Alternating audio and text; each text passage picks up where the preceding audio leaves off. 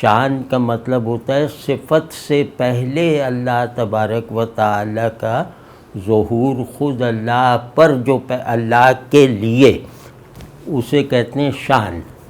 اور شان کا کام ہے کہ وہ اسم اور ذات کو یا صفات اور ذات کو جوڑتی ہے، ان کے درمیان برج ہے، صفات سے پہلے اور ذات کے ماتحت۔ تو ایک ہوتی ہیں شؤون ذاتیہ، جس کو ہم کہیں کہ اللہ کی شانیں جو کسی پر کبھی ظاہر نہیں ہوئیں نہ ہوں گی، وہ اللہ کی ذاتی شانیں ہیں جو صرف اللہ دیکھتا ہے، اللہ جانتا ہے۔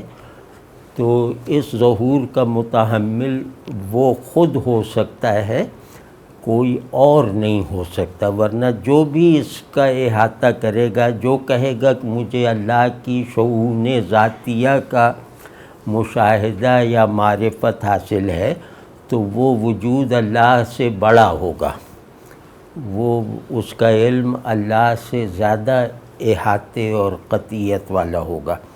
تو ایک تو یہ کہ وہ شؤون ذاتی ہیں جو غیب مطلق میں ہیں، ابن عربی کی اصطلاح میں غیب الغیب میں ہیں۔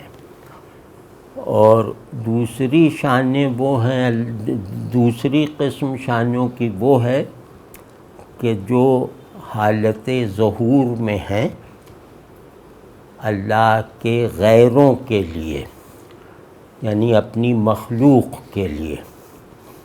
تو یہ شانیں بھی لامتناہی ہیں، یعنی ان کو گنا نہیں جا سکتا، جیسے ذرات کو نہیں گنا جا سکتا، تو اسی طرح ان ذرات میں سے ایک ایک ذرے سے ظہور کرنے والی الگ الگ شان کو بھی ظاہر نہیں گنا جا سکتا۔ پھر اللہ کی جو شان ظہور فرماتی ہے وہ تکرار نہیں رکھتی، مطلب وہ ایسا نہیں کہ چار مظاہر میں ایک شان جلوہ گر ہو، وہ چار مظاہر سے جلوہ گر ہے اور ہر لمحے ظہور میں نئی ہے۔ تو آپ سمجھ لیں کہ لامتناہیت بھی اس کے لیے ناکافی لفظ ہے۔ تو وہ شانیں جو حالت ظہور میں ہیں۔ پھر تیسری قسم ہے وہ یہی شانیں حالت خفا میں بھی ہیں۔ اللہ کی جو جو شان صفت کے حوالے سے، کیونکہ غیر کے لیے ظہور صفت کے حوالے سے ہوتا ہے، صفت کو حوالہ بنائے بغیر اللہ اپنے بندوں پر یا اپنے غیر پر ظاہر نہیں ہے۔ وہ شانیں جو ظہور میں ہیں وہی شانیں اخفا میں ہیں۔ تو اللہ کا ظہور یک طرفہ نہیں ہے۔ یک طرفہ سے مراد یہ کہ کوئی چیز چھپی ہوئی تھی وہ ظاہر ہو گئی، یعنی اب چھپی نہیں ہے، اس طرح کا اللہ کا نظام ظہور نہیں ہے، اور اللہ کی شان کے مطابق بھی نہیں ہے اس طرح کا ظہور۔ اس کا مطلب ہے کہ جو چیز چھپی تھی اللہ نے اس کا کچھ حصہ ظاہر کر دیا، لیکن چھپی ہوئی چیز میں سے کوئی عنصر کم کیے بغیر، واضح ہے نا یہ بات؟ تو یہ تیسری، ان کو مطلب شان جامع بھی کہہ سکتے ہیں، ان کو جو اصطلاح میں جھگڑا نہیں، جو چاہے نام رکھ لیں۔ تو اللہ کا نظام خفا ہے، اللہ کا نظام ظہور ہے، اللہ کا نظام ظہور مع الخفا ہے۔ اب اس کو موضوع بنانا شیخ اکبر نے شیخ اکبر محی الدین ابن عربی صاحب کا اصل موضوع یہ ہے، جس کی میں نے تھوڑی سی تفصیل عرض کی ہے۔ اس میں شیخ نے مطلب شیخ کو کچھ ایسے معارف حاصل ہوئے جو ان سے پہلے کسی اور سے ظاہر نہیں ہوئے تھے۔ ہم یہ نہیں کہہ سکتے کسی کو حاصل نہیں ہوئے تھے، لیکن ہم یہ کہہ سکتے ہیں کہ ان بہت ہی نادر معارف الہیہ کا اظہار پہلی مرتبہ محی الدین ابن عربی رحمہ اللہ کے قلم اور زبان سے ہوا. جاننے والے بہت ہوں گے، تو وہ میں عرض کرتا ہوں کہ اس میں بنیادی بات کیا ہے. بنیادی بات یہ ہے کہ جس کو وحدت الوجود کہتے ہیں اور شیخ سے منسوب کرتے ہیں، وحدت الوجود کا لفظ شیخ نے کبھی استعمال نہیں کیا. تو لیکن یہ کہ وحدت الوجود کی تعبیر جو داؤد قیصری کے مقدمے سے اخذ کی گئی ہے، وہ تعریف شیخ کے یہاں جیسے جگہ جگہ اپنا جواز رکھتی ہے، اپنی سند رکھتی ہے. تو وہ یہ ہے کہ اللہ غیب الغیب میں ہے، وہ تو ہمارے دائرۂ معرفت وغیرہ سے ہمیشہ کے لیے باہر ہے. اس طرف تو رجوع کرنے کی سمت بھی نہیں ہے. باقی جو ہے درجہ کہ اللہ اپنے ظہور اور اپنے اخفاء کی متوازیت کے ساتھ، اس کا ظہور اس کے اخفاء پہ شاہد ہے، اس کا اخفاء اس کے ظہور پر گواہ ہے. اس کے ہر ظہور سے اس کا چھپاؤ ظاہر ہوتا ہے، اور اس کے چھپاؤ کو مان کے اس کے ظہور کی سمجھ آتی ہے. تو یہ موضوع ہے، اس کو کہتے ہیں حق تعالی باعتبار ظہور و تعینات، یعنی حق تعالی کی معرفت حق تعالی کے مظاہر اور تعینات کا لحاظ رکھتے ہوئے. تو اس کو کہتے ہیں کہ حقیقت وجود باعتبار تعینات. یہ داؤد قیصری نے اس کو یہ فریز دیا. یہ شیخ نہیں کہتے، شیخ کا موضوع حقیقت وجود نہیں ہے. تو اب یہ ظاہر ہے کہ یہ اتنا بڑا موضوع ہے کہ دنیا کا ہر صحیح غلط علم اس میں سمایا ہوا ہے. یعنی یہ جو ہے وہ نہایات العلوم ہے کہ حقیقت وجود کا مطالعہ باعتبار تعینات، اللہ کو پہچاننے کی کوشش اس کے مظاہر کو دیکھ کر اور اس کے غیب کو مان کر. ٹھیک ہے، یہ شیخ کا بنیادی ترین موضوع ہے، اور آپ کی تمام باتیں جو ہیں عرفانی باتیں، وہ سب کی سب اسی محور کے گرد گھومتی ہیں، اسی کو مضبوط بناتی ہیں یا اسی کو مختلف جہتوں سے زیادہ واضح کرتی ہیں. تو اب اس میں جو فوری دوسرا مضمون پیدا ہوتا ہے نا، اس پس منظر میں اگر رہیں تو شیخ کے ہاں یہ جو مضمون پیدا ہوتا ہے وہ ہے تنزیہ اور تشبیہ. یہ میں تیسری فصل پڑھنے کا آغاز کر رہا ہوں. تنزیہ کا مطلب ہے وہ اپنے ہر غیر سے ماورا ہے. وہ غیر چاہے اسی کے اسم و صفت کی شکل میں ہو، چاہے غیر ما سوی اللہ کے تمام نظام میں ہو. تو تنزیہ کہتے ہیں صفات، ذات کا صفات سے بھی بلند ہونا. ٹھیک ہے نا، مطلب ایک تعریف کر رہا ہوں، تنزیہ کے معنی زیادہ ہیں. اور دوسرا ہے تشبیہ، کہ کوئی شے وجود موجود ہی نہیں ہو سکتی اللہ کی نشانی بنے بغیر. یعنی یہ تو قرآن بار بار تاکید کرتا ہے. تو شیخ کی اصطلاح میں اس کا مطلب ہے کہ اللہ کسی کو ذریعہ ظہور بنا لے تو وہ موجود ہو جاتا ہے، نہ بنائے تو وہ معدوم ہے. یہ پوری جو خلاقی ہے اللہ کی، پورا جو نظام خلق ہے، یہ نظام ظہور ہے. تو اب شیخ اس میں جب یہ فرق بتا دیتے ہیں کہ تنزیہ بھی اللہ کو ماننے کے لیے ضروری ہے اور تشبیہ بھی اسے جاننے اور ماننے کے لیے لازم ہے. ان دونوں میں سے کوئی ایک چیز بھی اگر کم ہو گئی تو وہ گویا اللہ کے سلسلے میں جاہل رہ جانا ہے، اللہ کی معرفت سے مکمل طور پہ محروم ہے وہ شخص جو تنزیہ اور تشبیہ کو ایک ساتھ نہیں مانتا، یعنی وقفہ دے کر نہیں، ہر شے میں تنزیہ اور تشبیہ ایک وحدت جامعہ کے طور پہ موجود ہے۔ وحدت جامعہ تو کوثر صاحب سے زیادہ کوئی جان ہی نہیں سکتا۔ نہیں اس میں کیا ہے، لیکن یہ شرماتے ہیں، مطلب ہم ابن عربی کی روایت کہیں کہ بول رہے ہیں، وہ حضرت بایزید کی روایت کہیں کہ خاموش ہیں، جانتے ظاہر ہو جاتا ہے۔ تو وحدت جامعہ اسے کہتے ہیں جس کی تشکیل میں جو دو ناموں کا مسمى ہو،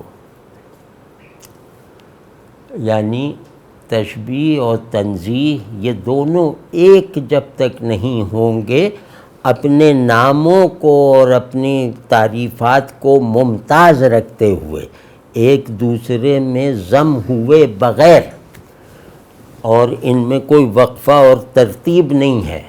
تشبیہ ہے صحیح ہے تو تنزیہ کے ساتھ ہے، تنزیہ اگر درست ہے تو تشبیہ سامنے ہے، تو اس کو کہتے ہیں وحدت جامعہ، یا کہہ سکتے ہیں کہ جس کا تجزیہ اگر کریں تو وہ کئی چیزوں کا مجموعہ ہے، اور لیکن یہ کہ کئی چیزیں اپنے وجود کے لیے اس میں ضم ہونے کی محتاج ہیں، اس کو کہتے ہیں وحدت جامعہ۔ تو شیخ نے اس فصل میں جو فصل نوحی ہے یا فصل سبوحی ہے، اس میں ان حقائق کو ظاہر کیا ہے، اور ان حقائق کو جیسے ایک عارف کی نظر سے اور عارف ہی کی زبان سے اظہار دیکھا ہے اور اظہار دیا ہے، اور شیخ کو سمجھنے کے لیے دو تین چیزیں جیسے پری کوالیفیکیشن ہے۔ ایک تو یہ کہ ذہن بہت دراک ہونا چاہیے، یعنی فلسفیانہ ذوق، یہ سب مطلب جو افلاطون کی طرح کے دماغوں میں، یا مطلب جیسے بڑا دماغ بھی ہونا چاہیے اور بڑا قلب بھی ہونا چاہیے۔ بڑے قلب سے مراد یہ ہے کہ جو ذہن نہیں سمجھ پاتا، قلب اسے محسوس کروا دیتا ہے۔ تو کیونکہ ذہن اب ہمارے ایسے نہیں رہ گئے کہ ان حضرات کے کلام کو سمجھنے کا وہم بھی لا سکیں، تو اگر قلب سلیم ہے، قلب میں بیماری نہیں ہے، تو وہ ہمارے سمجھ نہ سکنے کو محرومی نہیں بننے دے گا ہماری، وہ ذہن کی گرفت سے باہر رہ جانے والی چیزوں کو ہمیں چکھا دیتا ہے۔ ہم اس کا نام نہیں بتا سکتے، اس کا تجزیہ نہیں کر سکتے، لیکن چکھا ہوا ہے ہم نے۔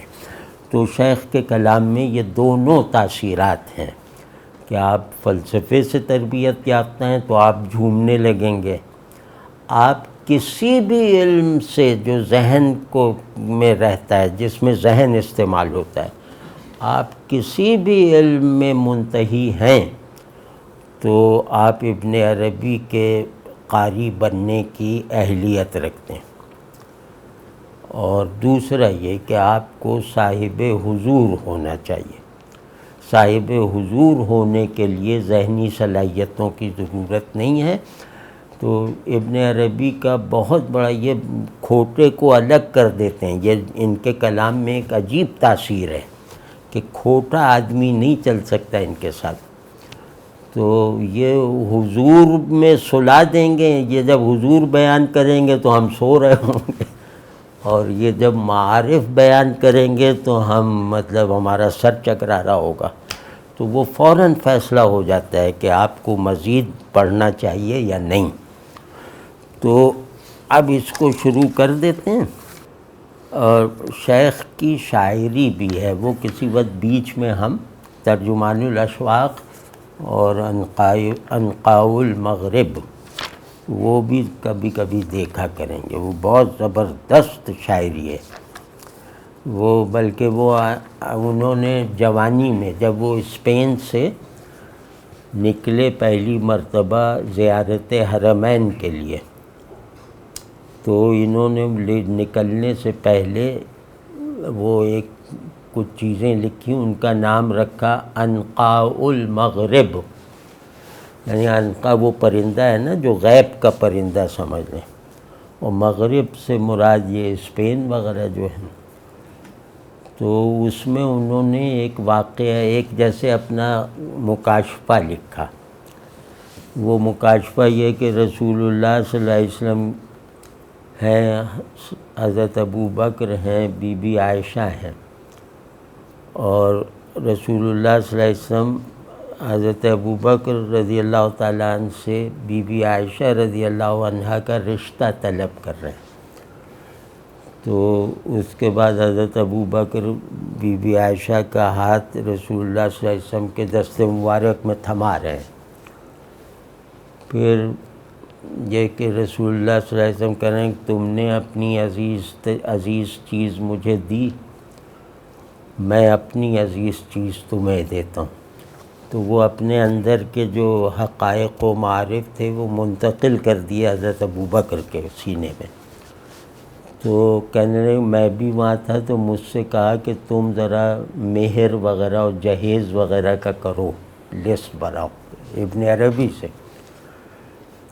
تو انہوں نے کچھ لسٹیں بنائیں اور اس میں انہوں نے حضرت ابو بکر کی طرف اشارہ کر کے رسول اللہ صلی اللہ علیہ وسلم فرمایا کہ تم ان کے وارث ہو، اور وہ کر کے انہوں نے بہرحال جو کام دیا گیا تھا وہ دے دیا۔ اب یہ نوجوانی کی بات ہے، ان کے 23-24 برس کے تھے۔ اب یہ کہہ کے وہاں آئے حرمین، وہاں جا کے یہ واقعہ آنکھوں سے دیکھ لیا، بالکل یہی واقعہ جو وہ لکھ کے لائے تھے، بالکل وہی واقعہ۔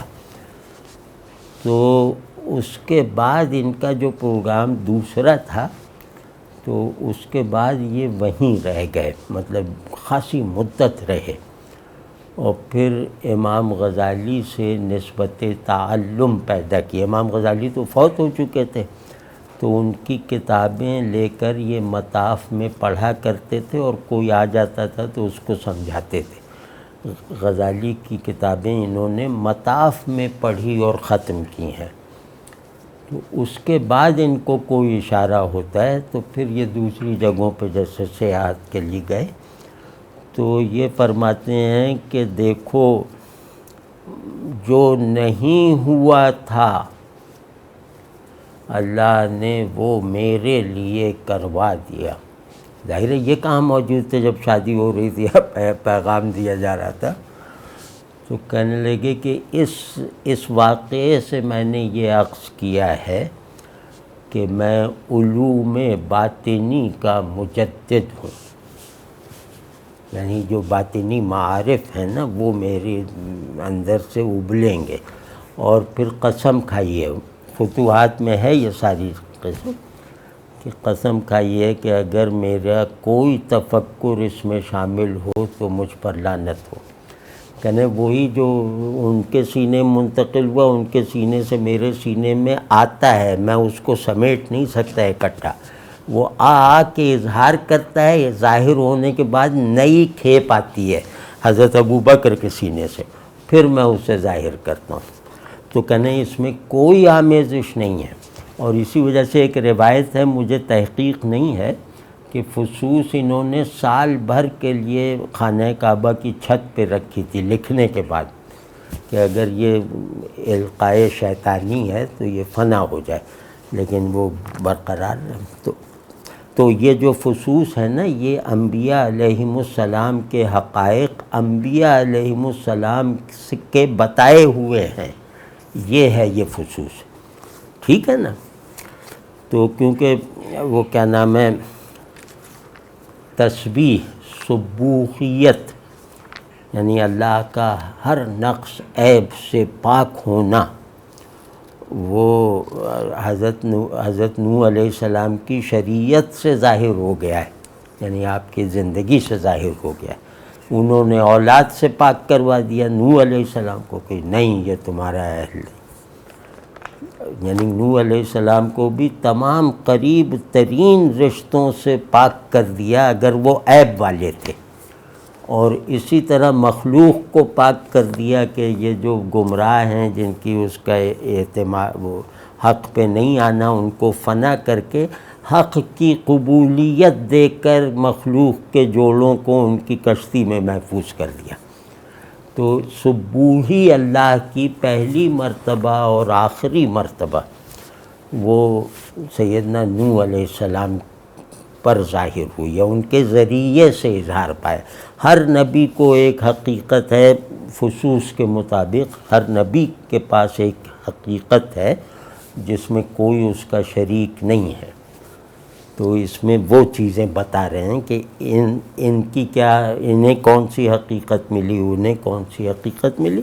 آخر میں جب وہ حقیقت محمدیہ علیہ صاحب صلاۃ و تسلیم پہ جائیں گے تو کہیں گے کہ یہ مرتبہ جامع ہے، یعنی تمام انبیاء علیہم السلام کے انفرادی حقائق وہ رسول اللہ صلی اللہ علیہ وسلم کے یہاں مجتمع ہو کر مکمل ہو گئے ہیں۔ تو وہ خیر بات کی بات ہے، ابھی یہ ہے، یہ بہت بڑی کتاب ہے، یہ تو ہم لوگوں نے زیادہ لیاقت نہیں ہے۔ ویسٹ میں کوئی صوفی اتنا معروف نہیں ہے جتنے ابن عربی ہیں، مطلب وہاں نہیں جانتے لوگ کہ حضرت جنید، حضرت بایزید، ابن عربی، اور وہاں کی جو ایلیٹ کلاس ہے علمی طور پہ، روحانی طور پہ، ان کے مسلمان ہونے کا سبب ابن عربی بنے ہیں۔ ڈاکٹر حمید اللہ صاحب جو فرانس میں ہی رہے اور وہ تو صوفی نہیں تھے، انہوں نے کہا کہ ابن عربی کی بدولت فرانس میں جو ہے وہ اعلیٰ ترین درجے کا دماغ رکھنے والے لوگ مسلمان ہوئے ابن عربی کو پڑھ کے۔ تو یا آپ آج اسپین چلے جائیے، وہاں جگہ جگہ ان کے مجسمے نظر آئیں گے۔ وہ آکسفورڈ یونیورسٹی میں ان کے نام پہ سوسائٹی ہے، محی الدین ابن عربی سوسائٹی، اس نے ان کا سارا کام محفوظ کر رکھا ہے، اور ان پر جو لٹریچر لکھا گیا ہے وہ ہمارے کسی بھی صوفی پر نہیں لکھا گیا مغربی لوگوں کی طرف سے جتنا ان پر لکھا گیا ہے، اور دوسرے نمبر پہ حلاج پہ۔ تو مطلب یہ کہ اس بات سے تھوڑا سا انسپائر ہونا چاہیے، متاثر ہونا چاہیے کہ ہمیں اللہ نے ایک ایسا آدمی نصیب فرمایا کہ جو غیروں میں ذریعہ ہدایت بن گیا، ہمارے لیے وہ بس فتوی بازی کا موضوع بنا رہا۔ اور دوسری جو وہ ہوئی کہ جاہل صوفیوں کے ہتھے چڑھ گئے ابن عربی، کہ وہ انہوں نے نہ دماغ کی شرط پوری کی نہ قلب کی، وہ حلول اور سریان وغیرہ میں ان کو انہوں نے وہ منسوب کر دیا۔ ابن عربی کے ترجمان یہاں پر بہت کم ہوئے ہیں جو جینوین ترجمان ہیں۔ مثال طور پہ ملا رشید جون پوری صاحب، شاہ رفیع الدین محدث دہلوی صاحب، دیوان صاحب عبد الرشید، اور پھر محب اللہ الہ آبادی صاحب، اور آخری جینوین ترجمان پیر مہر علی شاہ صاحب۔ یہ کوئی گنے تو 10 سے زیادہ نہیں بنیں گے۔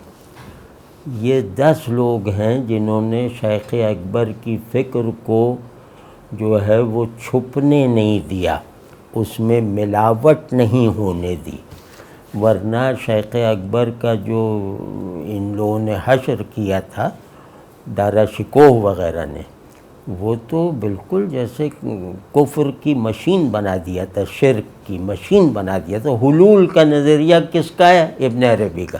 مطلب یہ بات جیسے ایک عقیدے کے طور پہ مان لی گئی تھی کہ حلول یعنی اللہ سب میں سمایا ہوا ہے، یہ جو ہے یہ ابن عربی نے نظریہ پیش کیا۔ اور ابن عربی بیچاروں کا اس سے کیا تعلق؟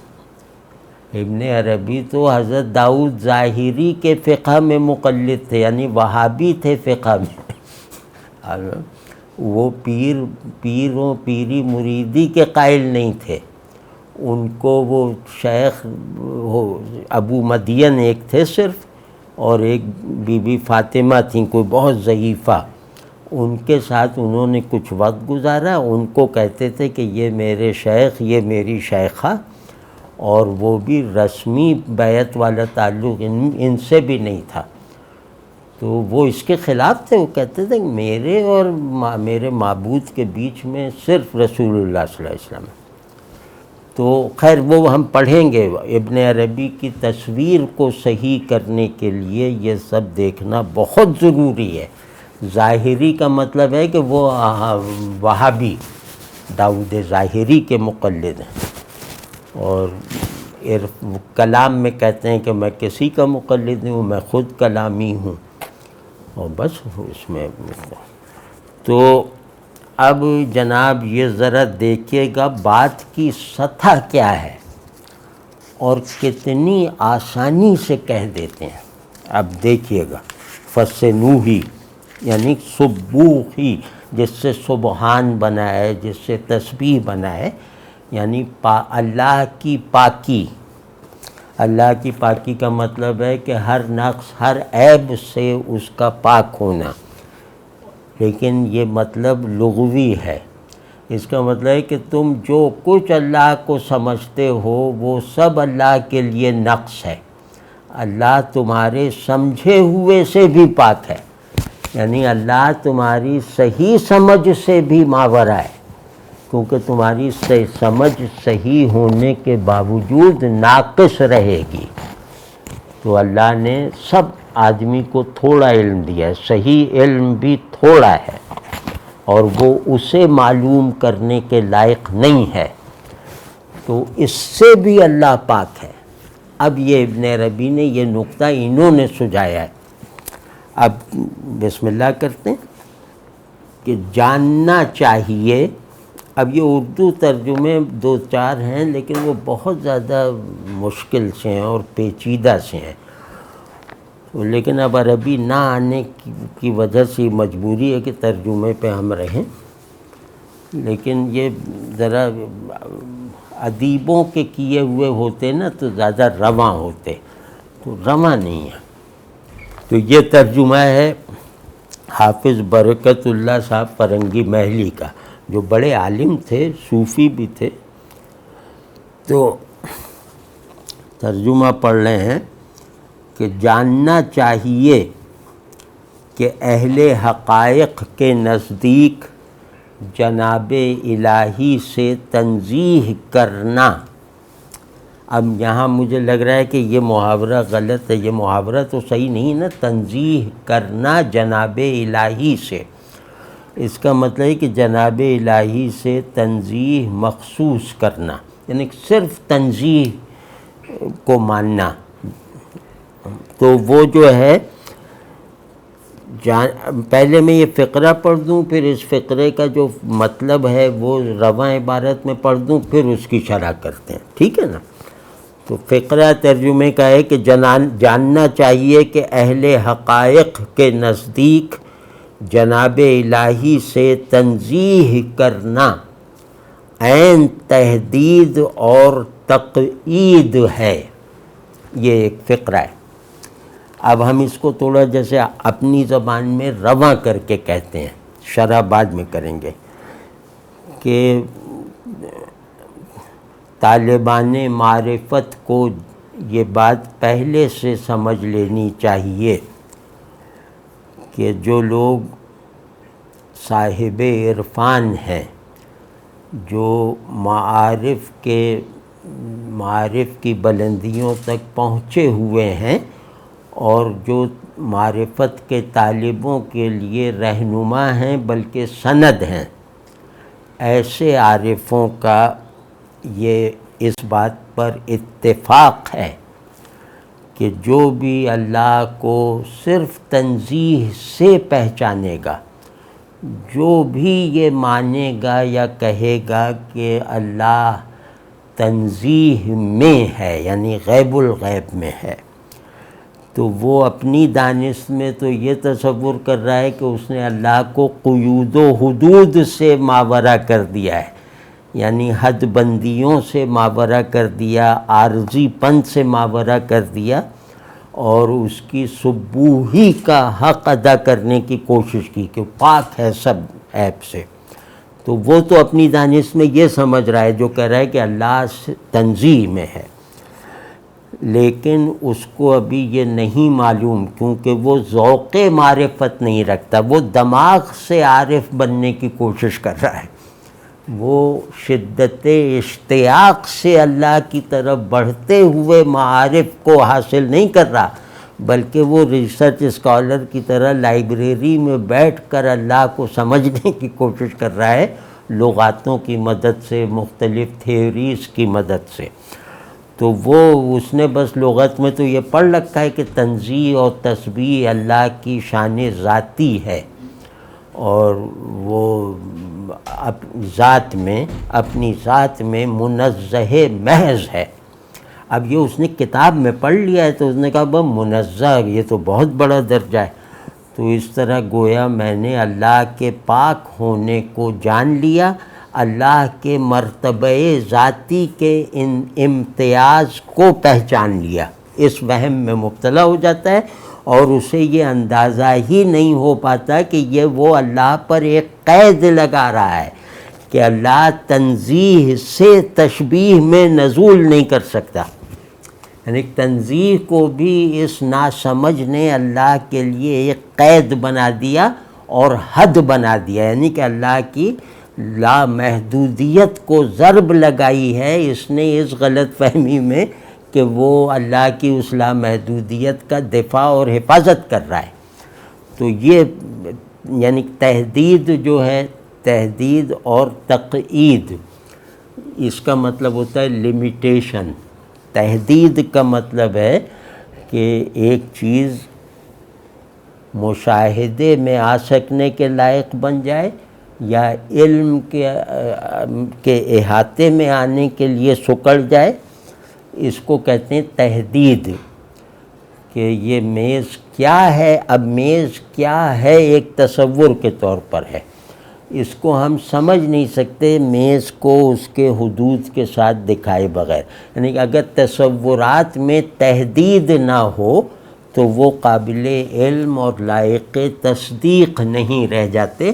اس کو جو ہے یہ اس کو کہتے ہیں پرٹیکولرائزیشن فلسفے میں، کہ کلیات تصورات ہیں محض، کلیات کو کا اثبات کرنے کے لیے جزئیات کا ہونا ضروری ہے۔ تو جزئی جو ہے نا، ویسے وجود کلی ہے، یہ میز موجود ہے، اب یہ جزئی ہے، یہ وجود کو سمجھانے میں مدد دے گی، اور اگر یہ میز اور یہ گھر اور یہ پیڑ اور یہ سورج جزئیات وجود کے طور پر نظر میں نہ ہوں تو تصور وجود بالکل مہمل ہے، مہمل رہ جائے گا، ٹھیک ہے نا۔ تو اس کو کہ خارج میں کلی کو یا تصور کو یا یونیورسل کو پرٹیکولرائز کرنا، یہ کہلاتا ہے تحدید۔ اور یہی پرٹیکولرائزیشن اگر شعور میں ہو، باطن میں ہو، معلومیت میں ہو، موجودیت میں تو ہو گئی، معلومیت میں ہو تو اسے کہتے ہیں تقعید، ٹھیک ہے نا۔ قید معلوم پر ہوتی ہے، تحدید موجود پر ہوتی ہے، یہ سمجھ لیں تو بہت ساری چیزیں پانی ہو جاتی ہیں۔ اب یہی دیکھ لیں تحدید اور تقعید، اگر آپ منطق نہیں جانتے، اگر آپ فلسفہ نہیں جانتے تو آپ اس کو سمجھ ہی نہیں سکتے۔ آپ زیادہ زیادہ سمجھ سکتے ہیں یہ ہم معنی لفظ ہیں، تحدید و تقیید دونوں لیمیٹیشنز ہیں، لیکن آپ اس میں فرق کو پہچان ہی نہیں پائیں گے اگر آپ کی نظر منطق اور فلسفے کی روایت پر نہیں ہے، یا ایپسٹیمالوجی یعنی علم، نظریات علم پر نہیں ہے۔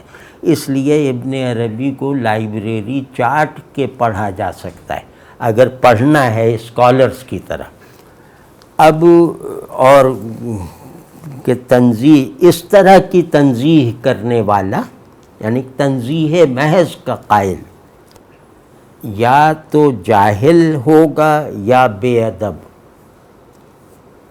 جو کہے کہ اللہ صرف تنزیہ میں ہے تو یا تو وہ جاہل ہے کہ اس کو پتہ ہی نہیں ہے بیچارے کو، ہم نے جیسے اس کے جہل کی طرف اشارہ کیا، اور یا وہ بے ادب ہے۔ بے ادب کا مطلب ہے ناشکرا، اللہ کے ادب میں نالائق، کیونکہ اللہ کا تصور ہی اس کا ناقص ہے تو ادب بھی ناقص ہوگا، بندگی بھی فاسد ہوگی اس کی، تو وہ نہیں سمجھ، وہ اللہ کی شان کو نہیں جانتا اور بے ادب ہے۔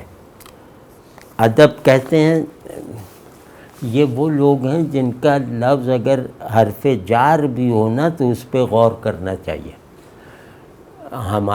ہمارے بہت بڑے زوال کا سبب یہ ہے کہ ہم بڑوں کے کلام کا مخاطب بننے کے لائق نہیں رہ گئے، واقعی نہیں رہ گئے، اللہ جانتا ہے نہیں رہ گئے، کہ ہمارے جو بڑے تھے ہم ان کی بات، وہ ہماری طرف منہ کر کے بات کرنا گوارا کر لیں، ہم اس لائق نہیں رہ گئے۔ آج شاہ ولی اللہ وغیرہ ہوتے تو گونگے ہوتے، مطلب ان کا کوئی مخاطب ہی نہیں ہے۔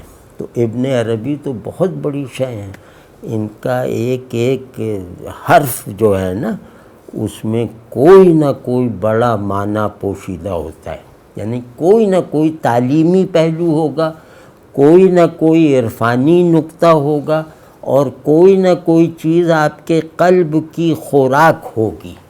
اگر ذہن نہ بھی پکڑ پائے تو وہ آپ کے قلب کی کسی ضرورت کو پورا کر دے گا۔ کا کی کے یہ بھی یہاں تک ہے ان کا یہ معاملہ۔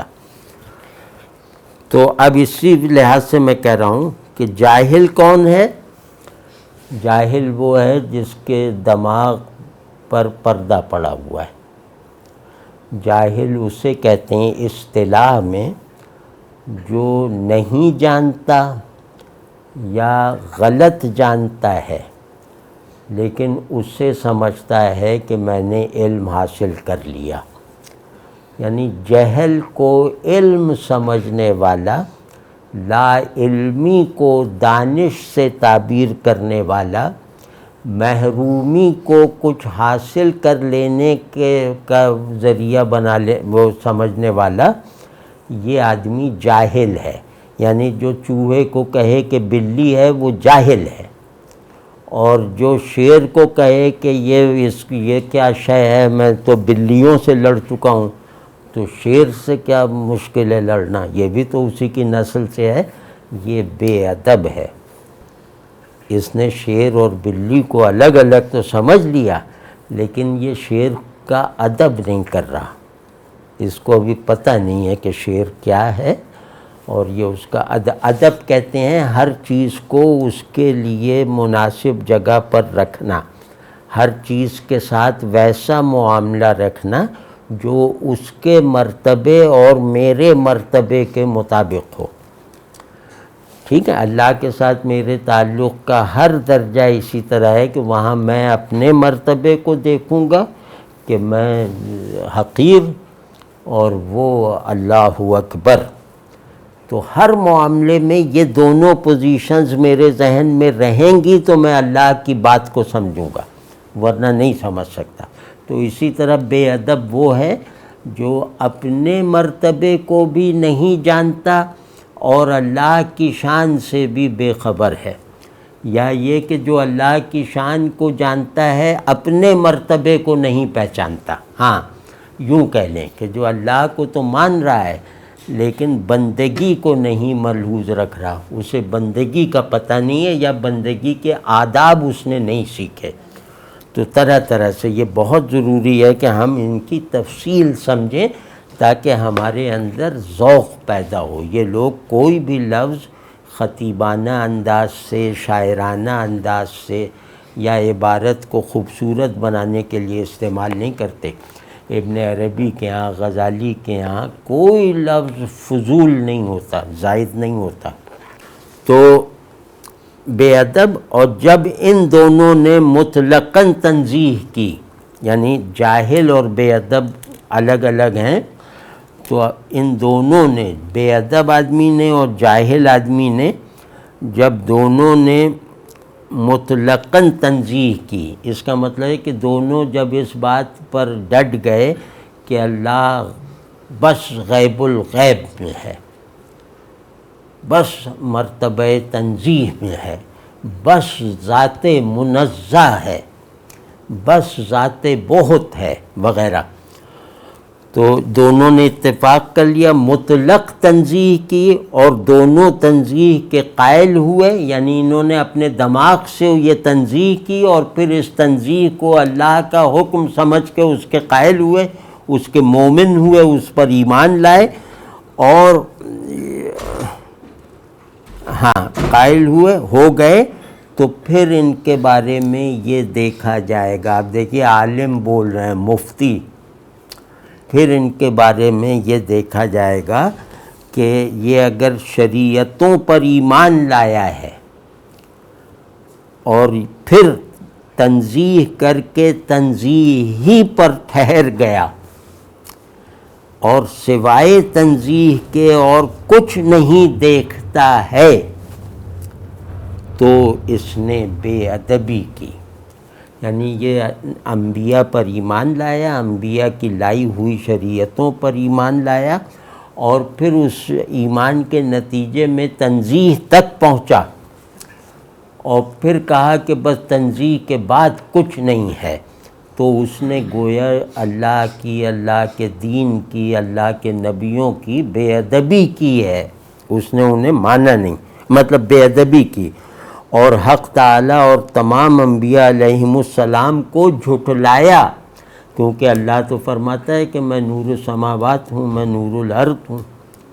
نبی علیہ السلام فرماتے ہیں کہ سب چیزیں اللہ کی نشانیاں اور مظاہر ہیں، تو یہ تنزیہ میں اللہ کو بند کر کے، تنزیہ میں اللہ کو قید کر کے جب یہ فارغ ہوتا ہے، تو اس وقت یہ اللہ کو کی تنزیہ کا بھی انکار کر رہا ہے، اور ساتھ ساتھ اللہ اور اللہ کے نبیوں کی شان میں ان کو جھٹلا رہا ہے، تکذیب کر رہا ہے، اور اس بات سے بے خبر ہے، بے ادب جو ہے، کہ یہ ظالم اس بات سے بے خبر ہے کہ میں یہ سب جرائم کا مرتکب ہو رہا ہوں۔ تو جس نے شریعتوں کو مانا، یعنی نبیوں کو مانا، اور صرف تنزیہ پر اکتفا کی کہ اللہ منزہ محض ہے، اللہ بس غیب الغیب الغیب میں ہے، تو جہاں اس نے تنزیہ کو اللہ کے لیے قید بنایا، وہاں اس نے گویا اللہ کو اور اللہ کی کتابوں کو اور اللہ کے نبیوں کو جھٹلایا، لیکن اس کو اس بات کی خبر نہیں ہے کہ مجھ سے کیا کیا یہ بلنڈر سرزد ہو رہے ہیں، ایک صحیح بات کو ادھورا کر کے، یعنی ایک صحیح بات پوری صحیح بات نہیں کہہ رہا، اس کا ایک حصہ نکال کر کہہ رہا ہے کہ یہی پوری بات ہے۔ آپ سمجھ رہے ہیں نا کہ تنزیہ اور تشبیہ ایک پوری بات ہے، تو یہ اس کو دو لخت کر کے تنزیہ کو پکڑ لیتا ہے اور کہتا ہے کہ تنزیہ ہی پوری بات ہے، تو یہ گویا وہ اللہ کو، اللہ کے نبیوں کو جھٹلا رہا ہے نا، لیکن اس کو یہ خبر نہیں ہے، مطلب یہ دانستہ نہیں ہے، یہ ارادتاً نہیں ہے، تو اس کو کہا جائے گا کہ یہ بے ادب ہے، اور یہ بے ادب خیال کرتا ہے، خیال کرتا ہے کا میں اپنے اطمینان کے لیے پوچھ رہا ہوں کہ خیال کرتا ہے سے کیا سمجھ میں آ رہا ہے؟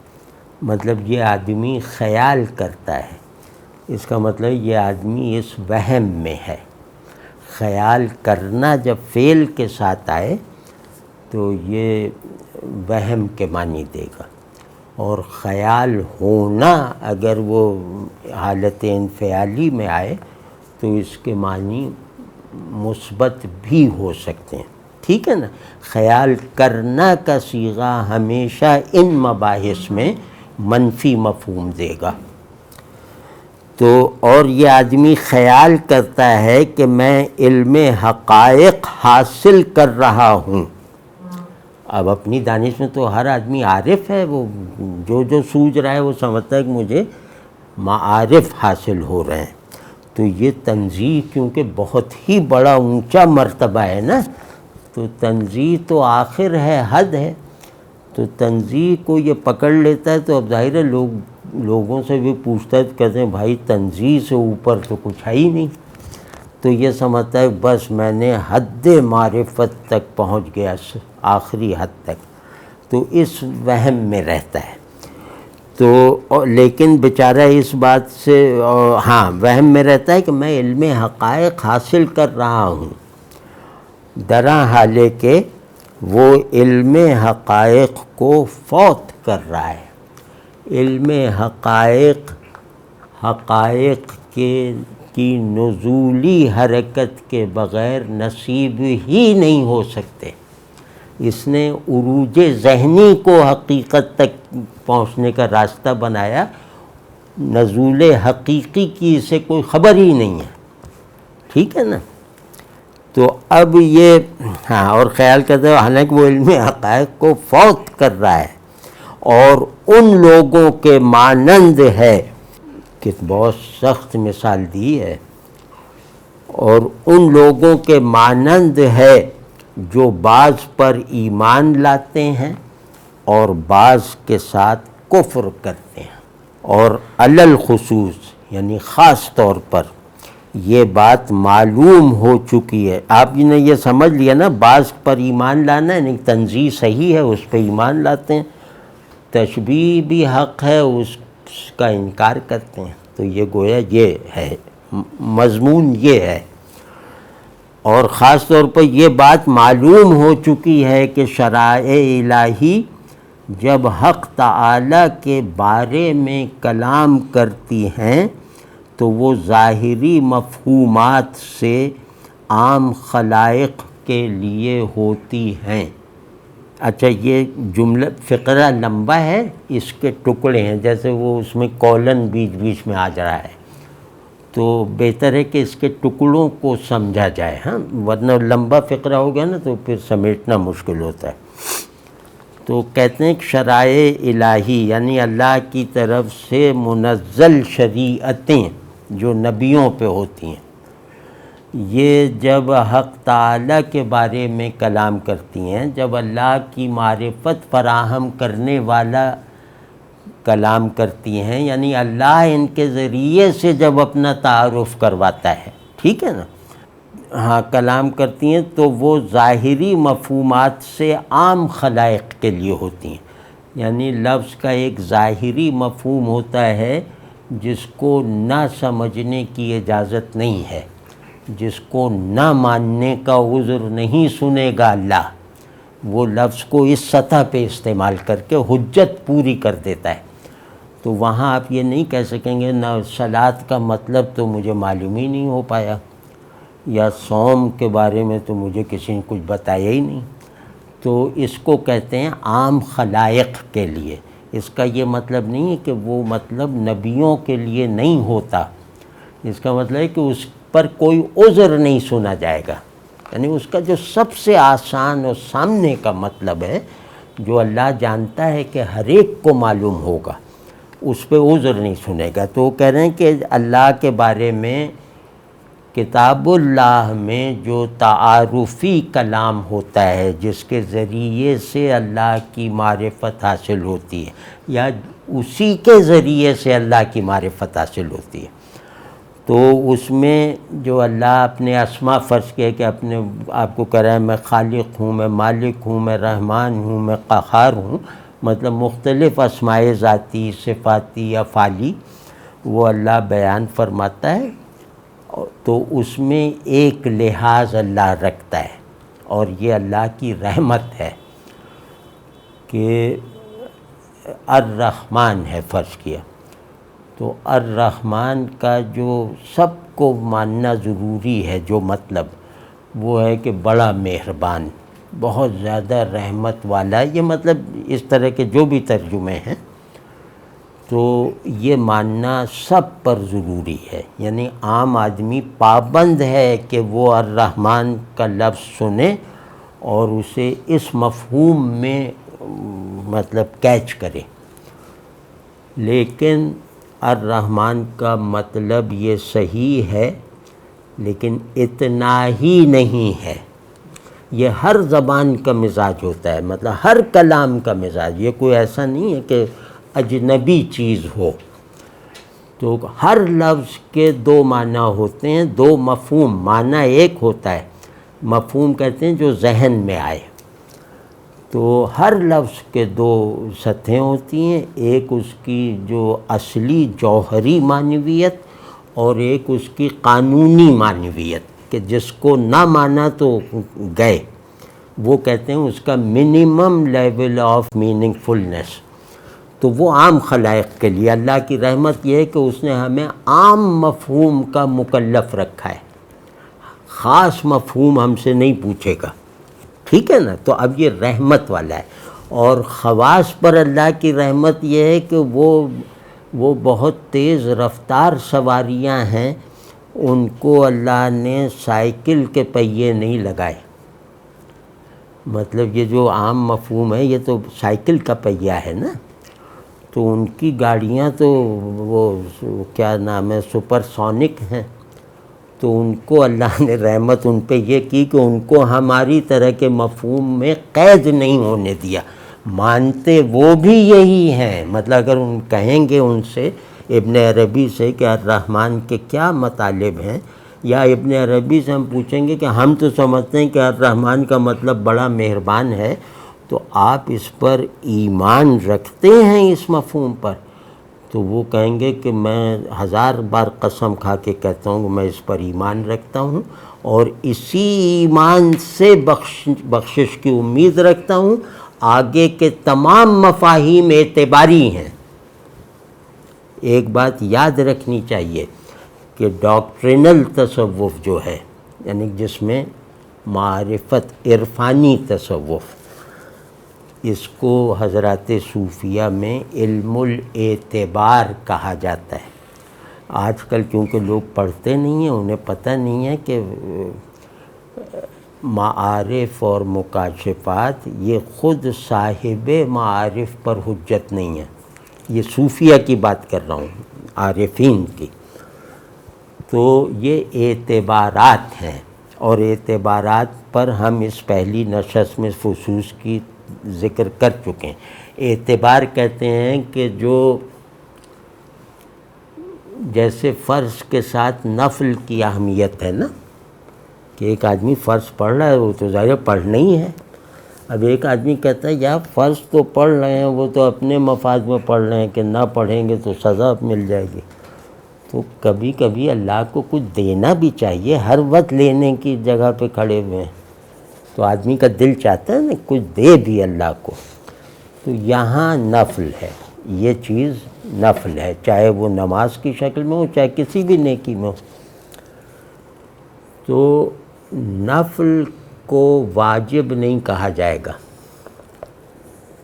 نفل کو سر آنکھوں پہ رکھا جائے گا، اللہ کے مقربین کی علامت بنایا جائے گا، نفل نہ پڑھنے والے کی بزرگی کا اعتقاد کبھی نہیں پیدا ہوگا، ہم اس کو اپنا شیخ نہیں بنائیں گے، یا بڑا عالم نہیں سمجھیں گے، یا بہت بڑا دیندار نہیں سمجھیں گے اگر ہمیں یہ معلوم ہو جائے کہ یہ نفل پڑھتا ہی نہیں، جبکہ ہمیں معلوم ہے کہ نفل پڑھنا ضروری نہیں ہے۔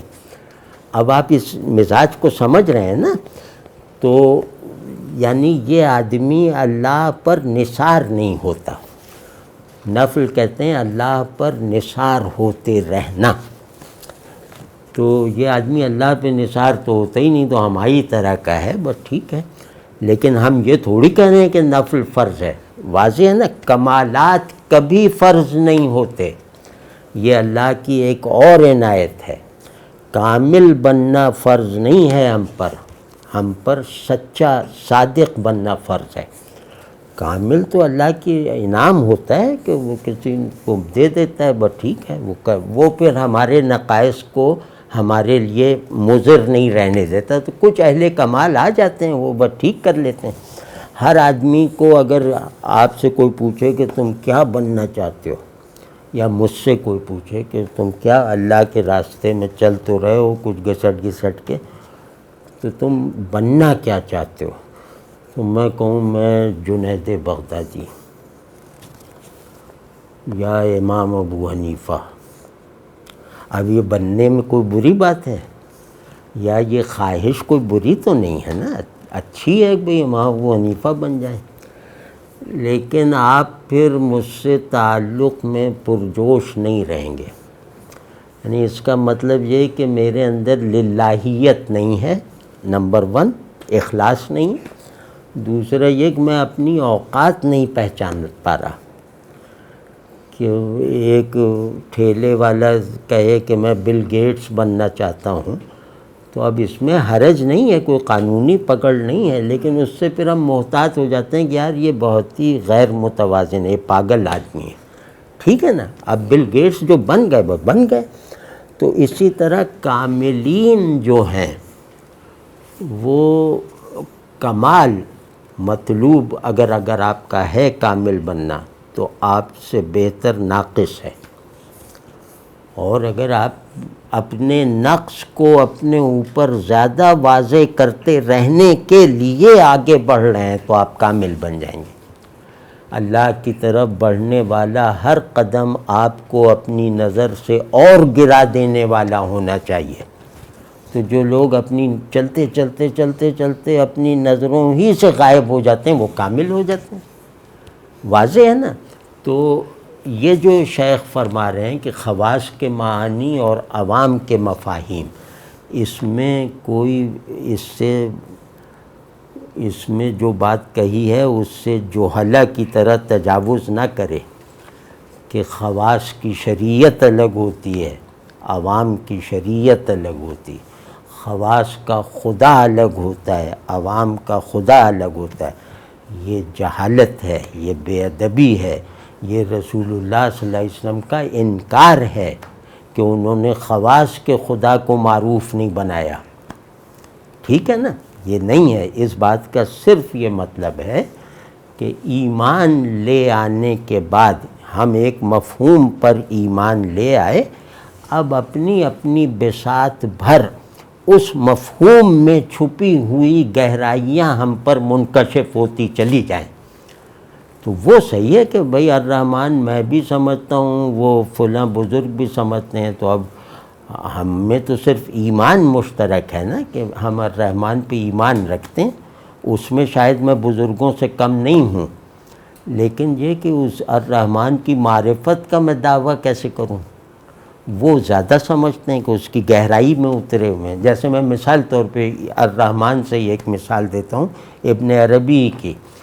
ابن عربی الرحمن کا ترجمہ کرتے ہیں اپنی کوکھ میں پالنے والا.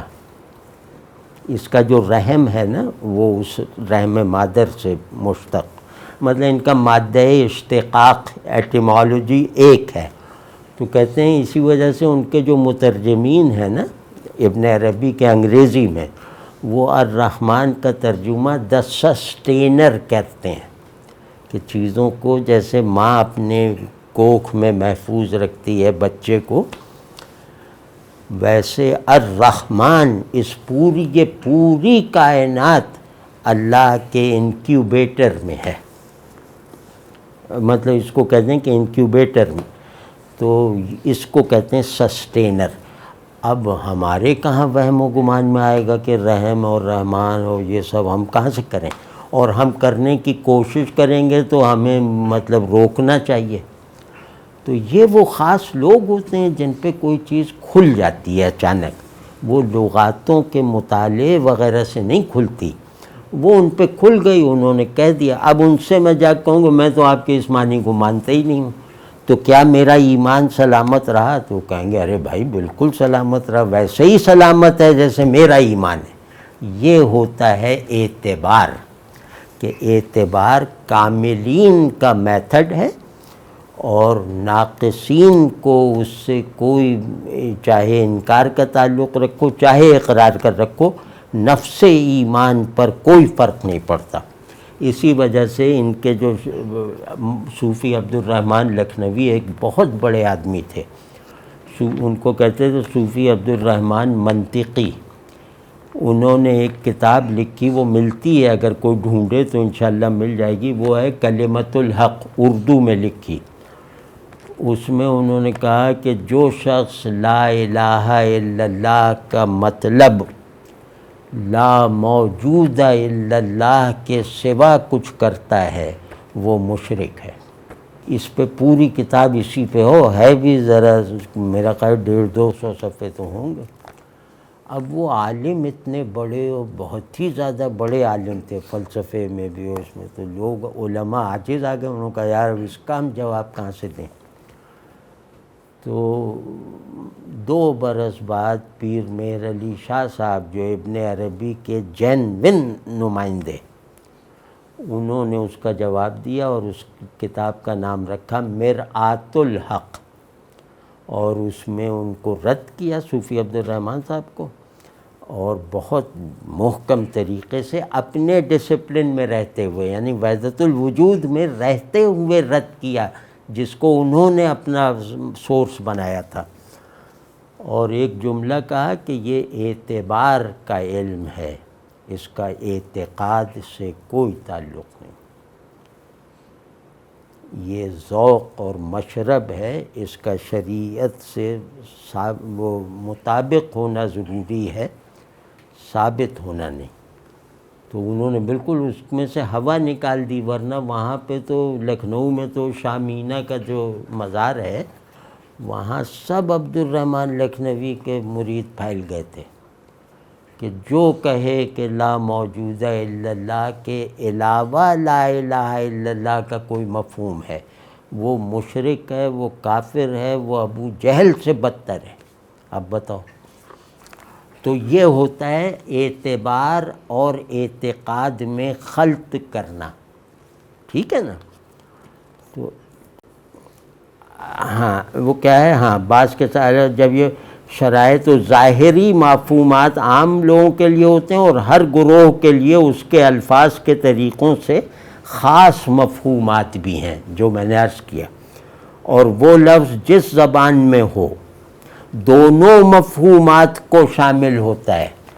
یہ اعلیٰ درجے کی لسانیاتی بصیرت نہ ہونا تو یہ کوئی مولویانہ اور صوفیانہ محض بات نہیں ہے، یہ اعلیٰ درجے کی لنگوسٹک وہ بصیرت کا نتیجہ ہے کہ کوئی لفظ ایسا ممکن ہی نہیں ہے جو 2 منزلہ نہ ہو، یا 2 منزلوں سے زائد فلورز نہ ہوں۔ ہر لفظ میں کم از کم ایک فوری مطلب اور ایک مستقل مطلب ضرور ہوتا ہے۔ تو کوئی بھی لفظ آپ لے لیں، جبھی تو لفظ تشبیہ بنتا ہے، لفظ استعارہ بنتا ہے، لفظ علامت بنتا ہے، تو یہ اپنے معنی کی تہیں بڑھاتا جاتا ہے نا، یعنی منزلیں اپنی بڑھاتا ہے۔ تو دنیا میں کوئی لفظ جو اسمی ساخت رکھتا ہو وہ ممکن ہی نہیں ہے کہ واحد المفہوم ہو، ایسا ہونا ہی ممکن نہیں ہے۔ تو اللہ کا کلام بھلا کیسے واحد المفہوم اس طرح ہوگا کہ جو غیر فطری بات ہے؟ تو کہتے ہیں کہ اللہ کا کلام جیسے ایک بارش کی طرح ہے، تو تمہارے پاس پیالہ ہے وہ بھر جائے گا، اس کے پاس گھڑا ہے وہ بھر جائے گا، اس کے پاس حوض ہے وہ بھر جائے گا، پانی تینوں میں ہونا ضروری ہے، ٹھیک ہے نا؟ اچھا دونوں مفہومات کو شامل ہوتا ہے، اور وہ اس زبان کا وضعی لفظ ہوتا ہے۔ وضعی لفظ کیا ہوتا ہے بھائی؟ یا کچھ تو مطلب تم بتا دو منیب، وضعی کیا ہوتا ہے؟ وضعی لفظ بنایا ہوا لفظ جی وضعی بنایا ہوا۔ ہاں، مطلب وہ اسی طرح بنا ہوا ہوتا ہے، وہ کسی نے نہیں بنایا ہوتا، وہ اسی مفہوم پر دلالت کرنے کے لیے بنا ہوتا ہے۔ جیسے رات ایک خاص مفہوم پر دلالت کرنے کے لیے بنا ہے، لیکن اب اس میں مفہوم اندھیرا بھی ہے، رات میں اندھیرا شامل ہے، تو اب ایک آدمی جو ہے وہ رات کو اس نظر سے دیکھ رہا ہے کہ اندھیرا ہے، دوسرا آدمی رات کا تصور چاند اور ستاروں میں کر رہا ہے کہ ساتھ کر رہا ہے، تو ان دونوں کا جو اینڈ مفہوم ہے وہ مختلف ہو جائے گا۔ تو وہ اس زبان کا خاص لفظ ہوتا ہے، خاص مفہوم کے لیے مخصوص، جیسے دن کا لفظ دن، رات، پیڑ، اب پیڑ جو ہے دیوار میں نہیں استعمال ہوگا، تو اس معنوں میں وضعی لفظ کہتے ہیں۔ تو چونکہ حق تعالیٰ کو ہر مخلوق میں، اب یہ ذرا سا غور سے، کیونکہ حق تعالیٰ کو ہر مخلوق میں ایک خاص طور پر ظہور ہے، یا ہم لوگ تھوڑا سا صوفی ہوتے نا تو اس وقت حال آ جاتا ہے اس جملے پر۔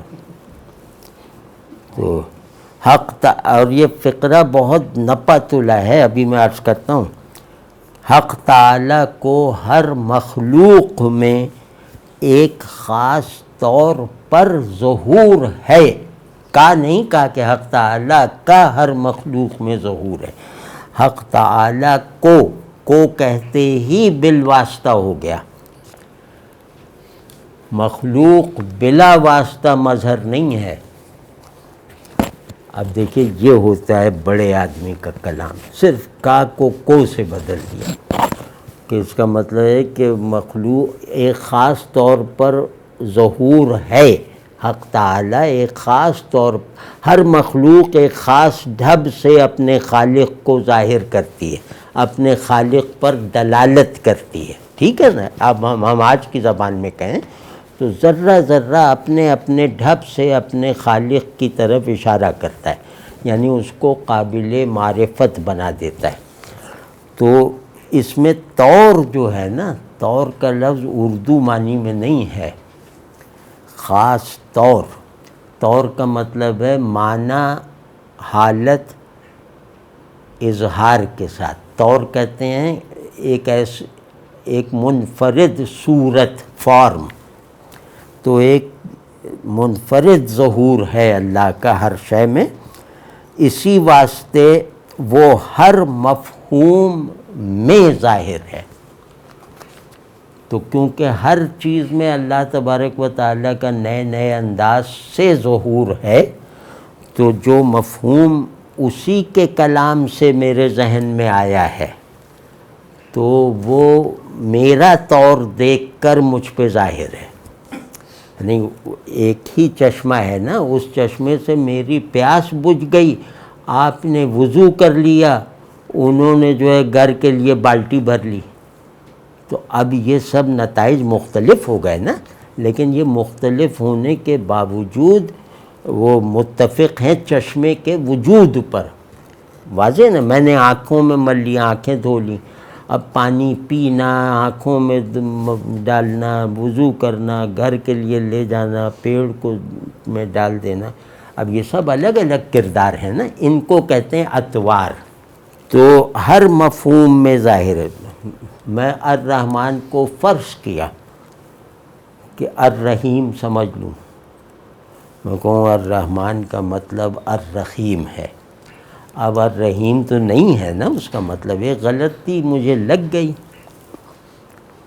تو لیکن یہ مطلب باطل نہیں ہے، غلط ہے، باطل نہیں ہے، کیونکہ الرحیم بھی اللہ ہے،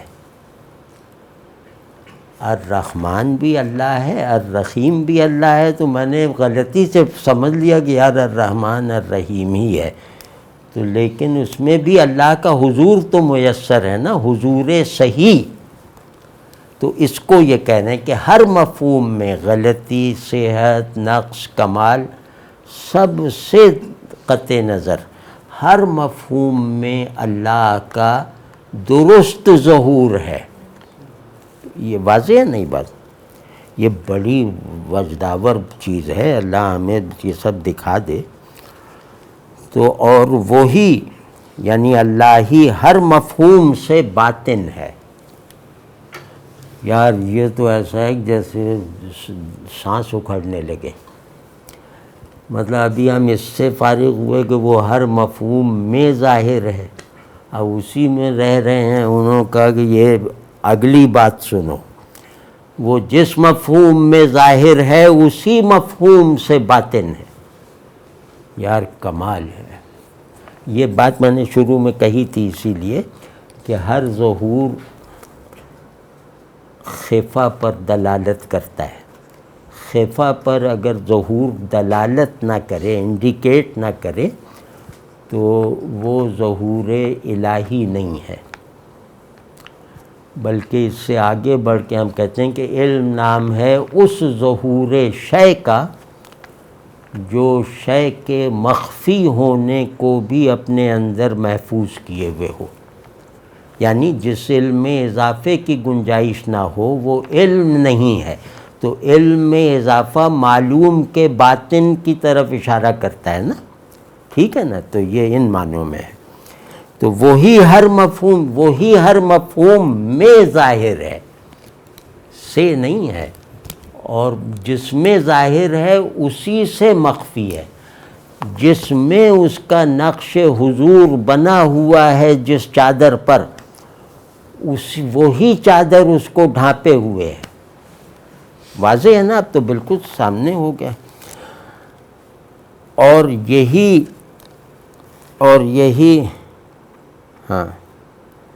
یہی عالم اس میں ظاہر ہے. عالم وہی ہر مفہوم سے باطن ہے اور یہی عالم اس میں ظاہر ہے، جیسا کہ حق تعالی با اعتبار معنی و حقیقت اس ظاہر کا روح ہے اور اسی واسطے وہ باطن ہوا. اور حق تعالی کو صور عالم کے ساتھ ظاہر میں وہ نسبت ہے جو روح مدبر بدن کو صورت سے ہے. یہ ذرا جلدی سے کر لیتے ہیں کیونکہ اس میں یہ ترجمہ بہت اکھڑا ہوا سا ہے، جیسے اکھڑا سا ہے بہت زیادہ. وہ کچھ سمجھ ہی نہیں آ رہا کہ یہی عالم اس میں ظاہر ہے، یا یہ ہوگا یہی عالم اس میں ظاہر کا ہے. اگر ہم یہ فرض کر لیں کہ جملہ یہ ہے کہ یہی عالم اس میں ظاہر کا ہے جو باطن کے ساتھ ہے. جیسے اب ہم مطلب اس پہ ہم زور نہیں دیتے کہ یہ عبارت اصل میں کیا ہے، اس سے مراد وہ بتا ہی رہے ہیں آگے کہ جیسے کہ حق تعالی با اعتبار معنی اور حقیقت کے اس ظاہر کا روح ہے. یعنی کہ جو بھی ظاہر ہے یہ کائنات جیسے اس میں ظاہر ہے، تو اس کائنات کا ایک باطن ہے جس میں اس کے معنی اور حقائق محفوظ ہیں. صورت بدلتی رہتی ہے، باطن اور اس میں رکھی ہوئی چیزیں قائم رہتی ہیں. تو وہ جو باطن میں اس کا کانٹینٹ ہے، باطن کی جو روح ہے، وہ حق خود ہے. حق خلق کا معنی ہے، حق خلق کی حقیقت واحد ہے. ٹھیک، ان معنوں میں. اور حق تعالیٰ کو اللہ کو عالم کی کائناتی فارمز کے ساتھ فارم ہونے کی حیثیت، یعنی یہ دیوار، یہ دروازہ، یہ سب صورتیں ہیں، تو ہم انہیں صورتیں جانتے ہوئے ان کے صورتوں کی نفی، ان کے صورت ہونے کی نفی کیے بغیر، ان کے صورت ہونے میں رہتے ہوئے ہم جب یہ کریں گے تو پھر ہمیں ان صورتوں کی واقعی نسبت جو اللہ سے ہے وہ ہم پر منکشف ہو جائے گی. ہمارے مشاہدے میں گویا آ جائے گی کہ ارے یہ تو وہی نسبت ہے جو بدن کو زندہ رکھنے والی روح کی اپنے بدن سے ہوتی ہے۔ یہ وہی نسبت ہے جو کائنات کی صورتوں سے حق تعالی کی ہے کہ وہ نظر نہیں آ رہا لیکن متصرف ہے، اور اسی واسطے انسان کی تعریف میں مثلاً اسی کے ظاہری باطن کو لیتے ہیں۔ اچھا، اب یہ جو ہے نا یہ مضمون دوسرا شروع ہو رہا ہے، تو آج ہم یہاں تک کر لیتے ہیں۔ آج ہم نے گویا ایک صفحہ پڑھا ہے